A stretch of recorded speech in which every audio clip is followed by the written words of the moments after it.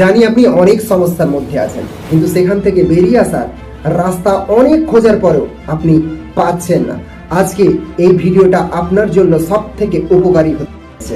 আপনি একটা ছোট্ট বিষয় ভাবুন, আপনার হাতে যে ফোনটা আছে সেটা প্রতি 3 মাস অন্তর আপনাকে সফটওয়্যার আপডেট চায়। আপনি আপনার সমস্ত কিছু চেঞ্জ করেছেন, আপনার ফোন বদলেছেন, আপনার ড্রেস বদলেছেন, আপনার হেয়ার স্টাইল বদলেছেন, সমস্ত কিছু বদলানোর পরেও সমস্যাগুলো ঠিক যে জায়গায় ছিল সেই জায়গাতেই রয়ে গেছে।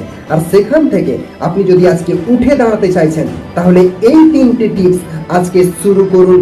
নাম্বার 1, আপনি আপনার লক্ষ্যটা স্থির করুন, কোথায় আপনি পৌঁছতে চাচ্ছেন সামনের 1 বছরের মধ্যে।